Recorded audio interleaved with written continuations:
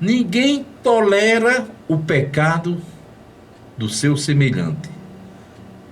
Nós percebemos que somos tendenciosos a apontar, não tolerar o pecado das pessoas que nos cercam. Quando alguém erra, ele errou. É muito fácil, é muito oportuno ver as falhas que as pessoas têm, ver o quanto as pessoas erram, o quanto elas ofendem a Deus. Mas quando se trata da nossa pessoa, nós ocultamos, nós toleramos, vivemos como se não estivéssemos fazendo nada. E quando somos pegos em contradição, aí diz, não, isso é besteira, isso não significa nada, não há nada demais, isso aí é bobagem, porque somos assim. Mas essa palavra, vamos fazer uma reflexão dentro do pecado das pessoas e de quem nós realmente somos. O quanto ficamos enrustidos, o quanto ocultamos querendo ser melhor, querendo ser diferentes. Vamos começar no livro de Provérbios, capítulo 28, versículo 13, que diz: aquele que encobre seus pecados nunca prosperará, mas o que confessa e deixa alcança misericórdia. Então a Bíblia traz um texto enfático, explícito, que, de certa maneira, se eu parasse agora, não tivesse mais palavras, se o Espírito Santo rompesse esse canal de locução espiritual, certamente a Bíblia já teria falado para mim, para a sua pessoa, quando diz: aquele que encobre os seus pecados, algumas Bíblias diz transgressões, nunca prosperará, mas o que confessa e deixa alcança misericórdia. Então, como tenho falado, quando nós entramos dentro desse contexto, procuramos ocultar, e muitas vezes continuar. O mais difícil não é ocultar, é continuar na prática exacerbada, deliberada, de fazer o pecado, de fazer aquele que chama-se o pecado de estimação. O que é o pecado de estimação? É algo que nós fazemos, repetimos diariamente. E muitas vezes as pessoas não sabem, o cônjuge, papai, mamãe, os colegas de trabalho, o namorado, a namorada não sabe o que está acontecendo. E lá nos bastidores da nossa intimidade, e muitas vezes na nossa mente, nós intentamos tantas coisas hediondas, tantas coisas más.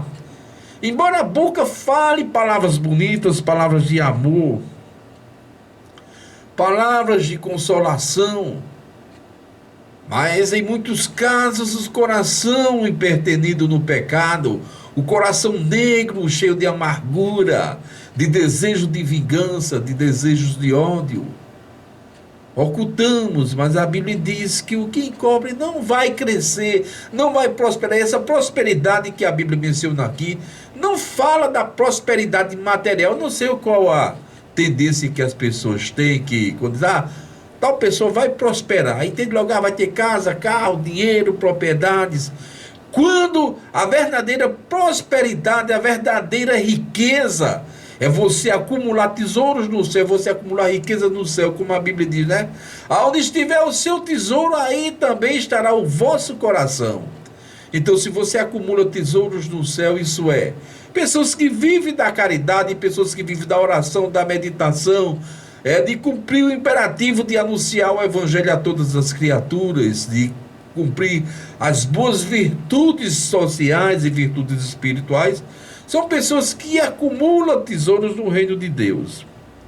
Mas quando se trata do semelhante, basta um homem, uma mulher falar com alguém na rua, conversar por um pouco de tempo, e vem logo na imaginação, na mente da gente, está adulterando, está namorando, está traindo.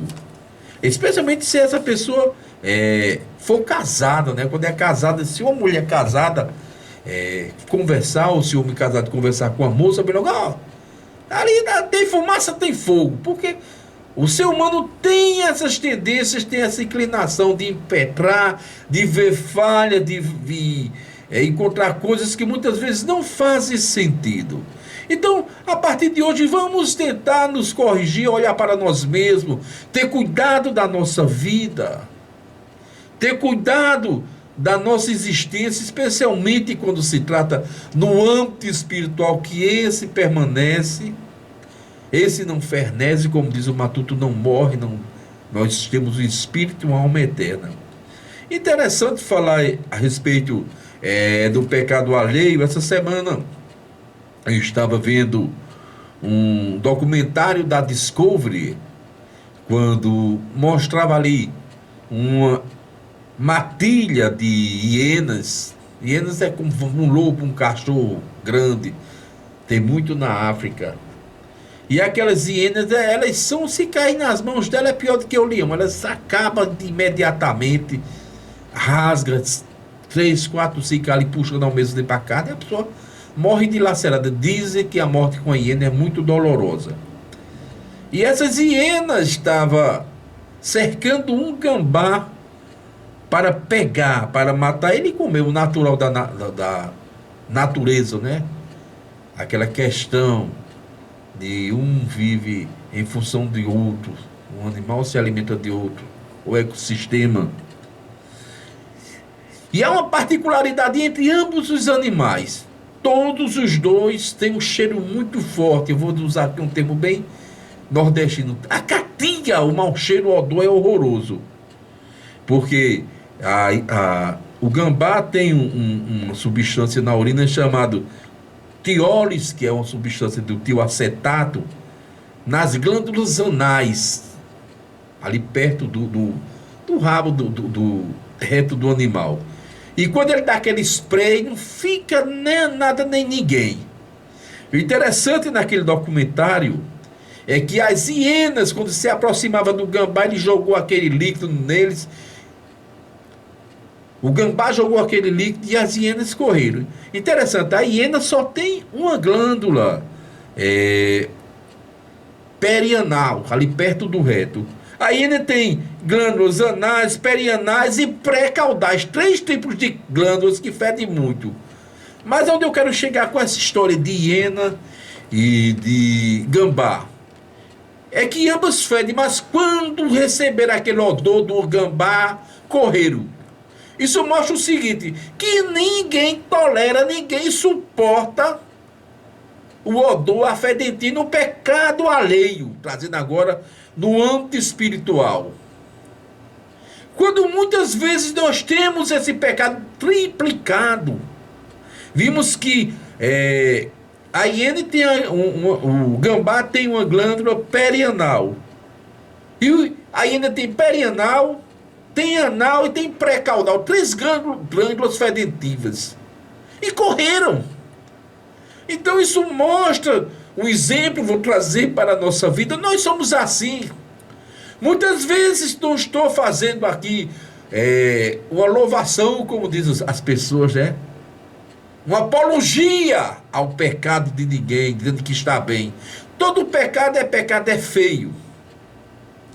Mas quando se trata do alheio, a gente vê que não suporta. Quando nós muitas vezes estamos tomados até de triplo mau cheiro no nosso corpo espiritual, nas nossas atitudes, nos nossos atos, na nossa aproximação com Deus que não existe.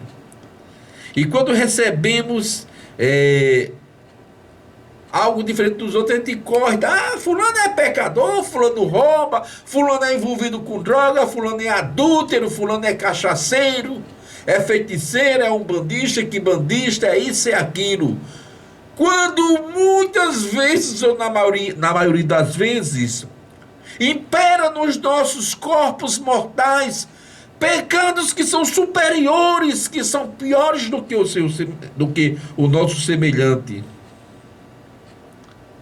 Agora é um povo diferenciado. Nós vimos o exemplo de ontem à noite. Vou abrir um precedente. Um povo que tinha mau cheiro espiritual, que tinha o odor da miséria e do pecado. Mas um dia receberam uma virtude e passaram a ter um novo cheiro. Observa quem? O cheiro é de Cristo. Vamos ver na Bíblia.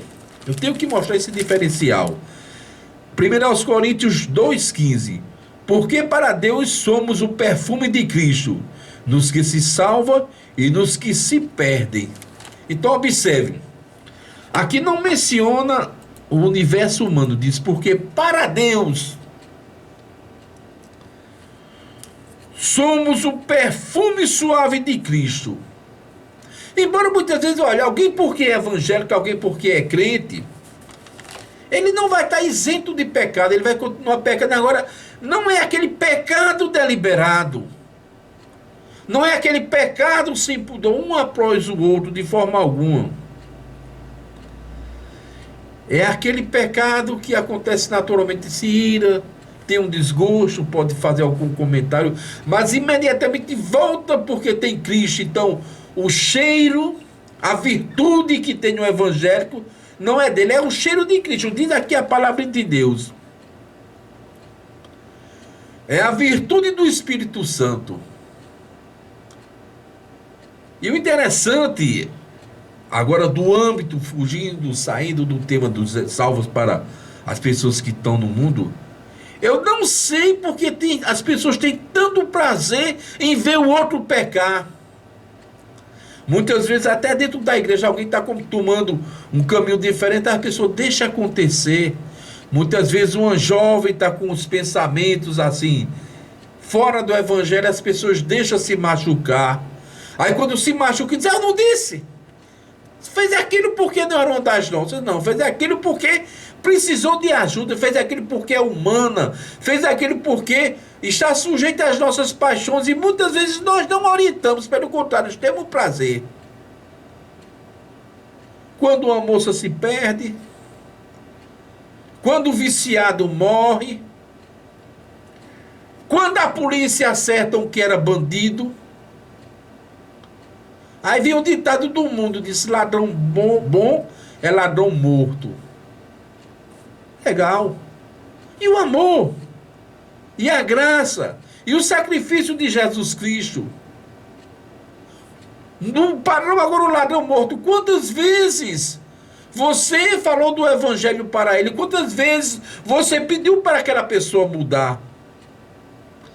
E agora viu o prazer, porque a moça se perdeu, porque o ladrão foi assassinado, porque alguém que na empresa estava dando trabalho, algum motivo, ninguém sabe o que se passa na cabeça humana, questões conjugais, questões psicológicas, questões financeiras, sociais.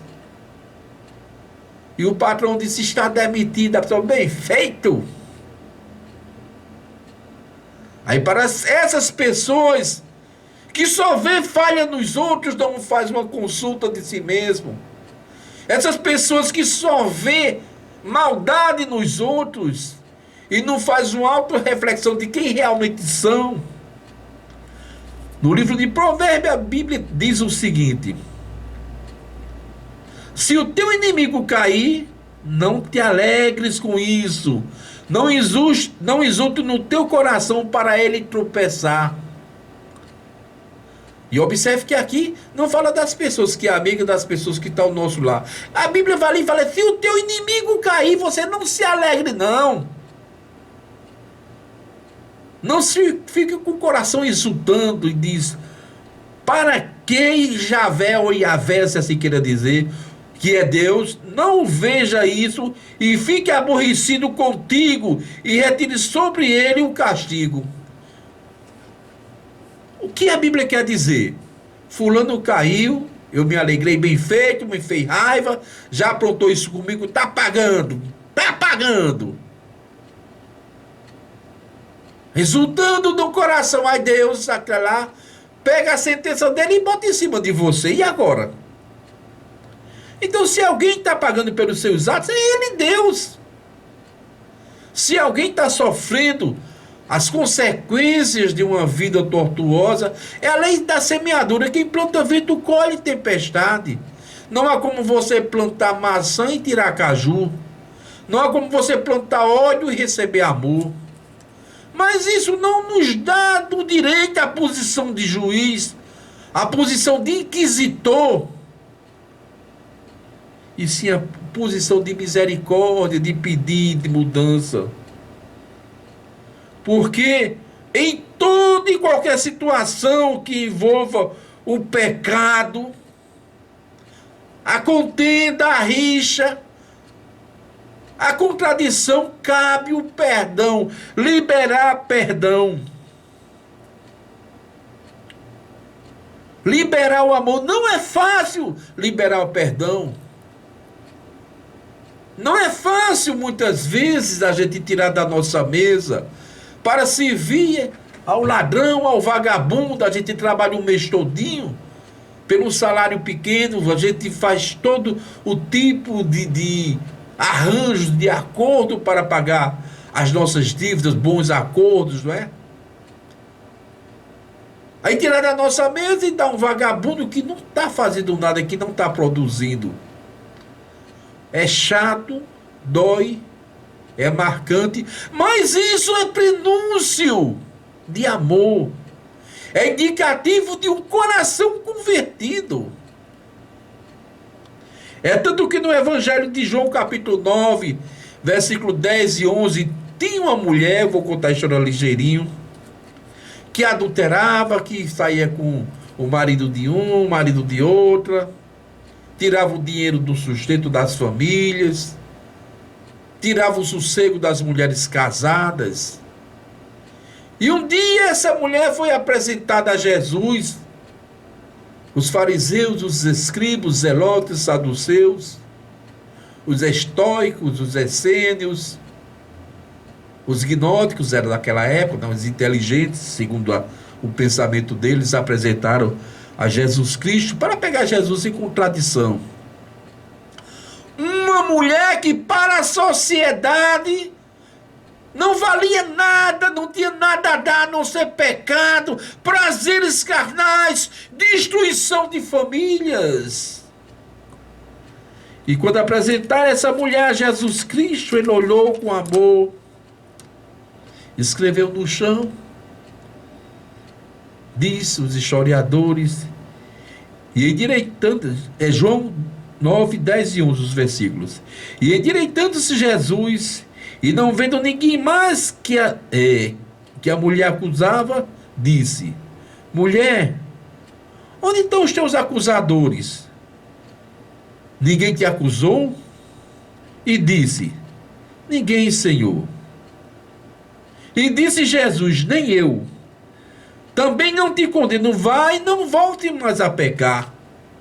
Então vamos seguir o texto. Estava ali uma turba de homens pecadores, homens maus, aquelas mesmas pessoas que haviam se deitado com aquela mulher, aquelas mesmas pessoas que haviam maculado com a mulher.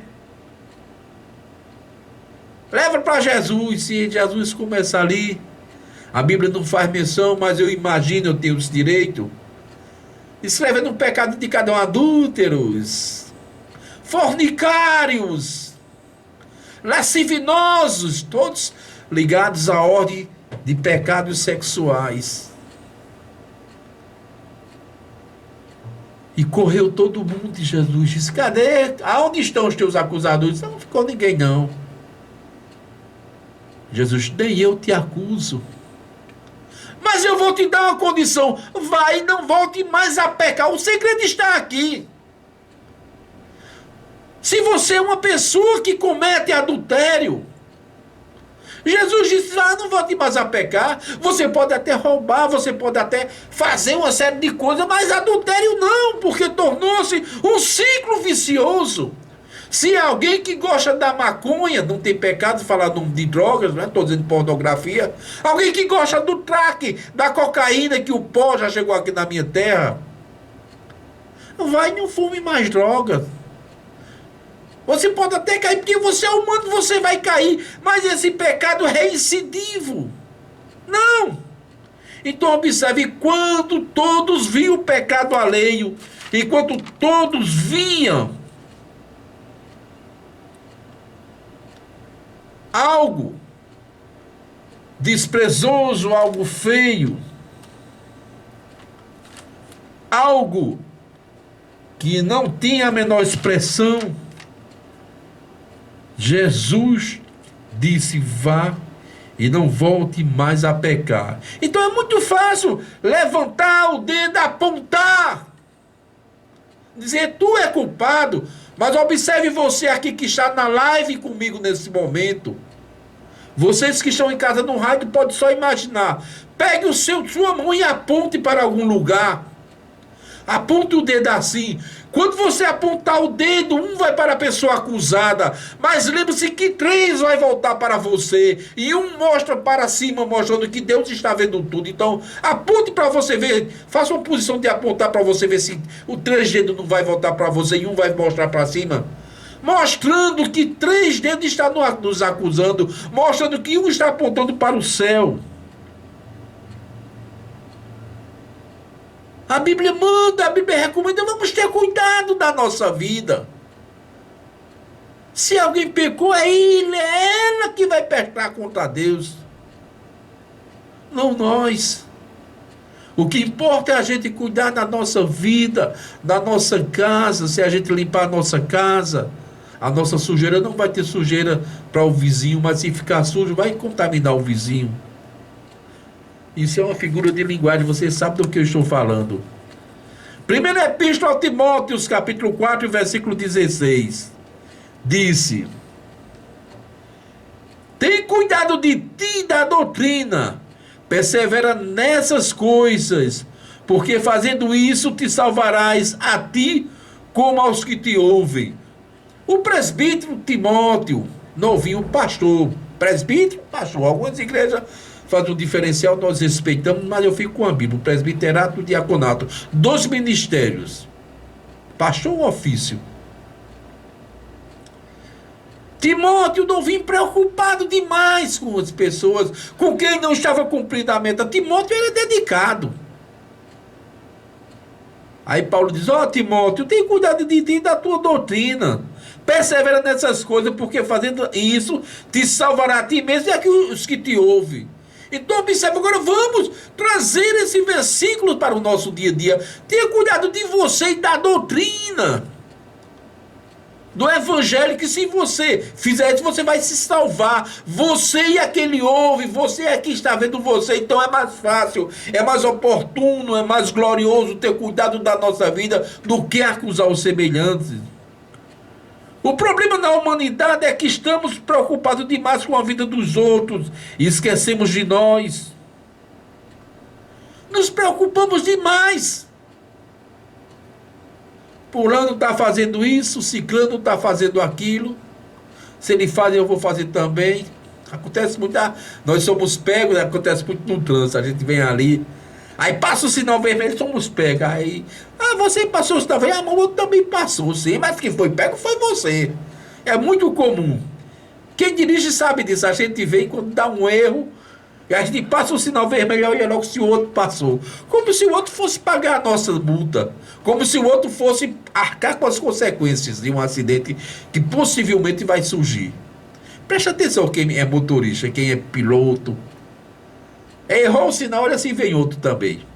Como se o outro fosse resolver a situação. Então o problema da humanidade é que nós estamos preocupados com os outros. A ponto do próprio Jesus Cristo, no Evangelho de Mateus, capítulo 7, versículos 4 e 5, disse Jesus: como pode dizer a teu irmão, permite remover o cisco que está no teu olho, quando há uma viga no teu, quando há uma trave nos teus olhos?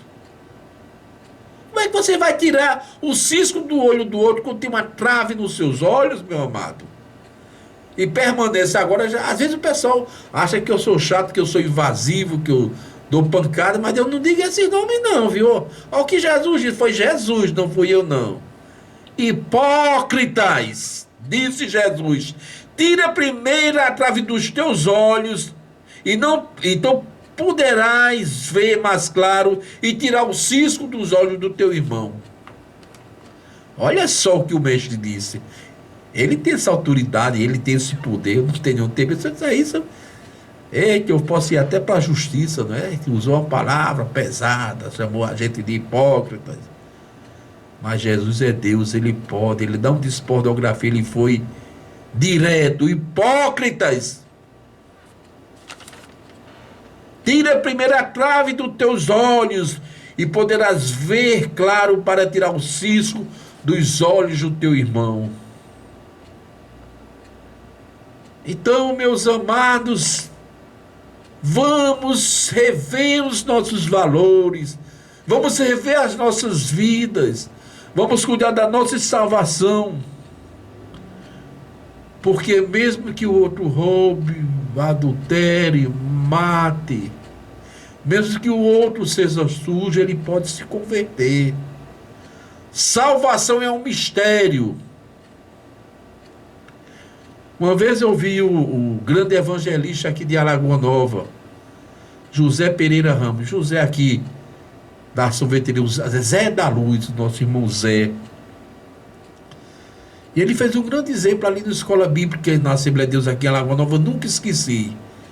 Ele disse que salvação é feito feijão. A gente bota o feijão de molho, joga o feijão na água, o feijão ruim sobe e o bom fica embaixo da água. Vocês já notaram? Ele usou essa metáfora, esse exemplo para mostrar, né? Que às vezes a gente pensa que alguém é ruim, ele sobe, a gente fica embaixo, a gente que é bom. Um grande ensinamento, homem sábio, homem que observava, homem de observância espiritual. Então pessoas que você acha ruim, elas podem subir e você ficar, viu? Para terminar, Romanos capítulo 14, versículo 12, fechando todo esse contexto que nós temos falado. Romanos 14, 12, digo melhor. Deste modo, cada um dará contas de si mesmo a Deus, motivo de louvor e não de tropeço. Então observe, cada um dará contas de si mesmo a Deus. Então não se preocupe com quem está fazendo errado, com quem está pecando, se preocupe com você, em fazer certo e, acima de tudo, conservar o que é certo, para que você possa galgar da vida eterna. Vamos ouvir mais um hino, né, com aquela banda maravilhosa de ontem, Chamas Pentecostais. Esse nome está marcado nos umbrais de testemunhos de Alagoa Nova. Um dia, diante de Deus, ele vai mostrar a muita gente aqui que esse grupo, a Assembleia de Deus, pregou e as pessoas não quiseram ouvir.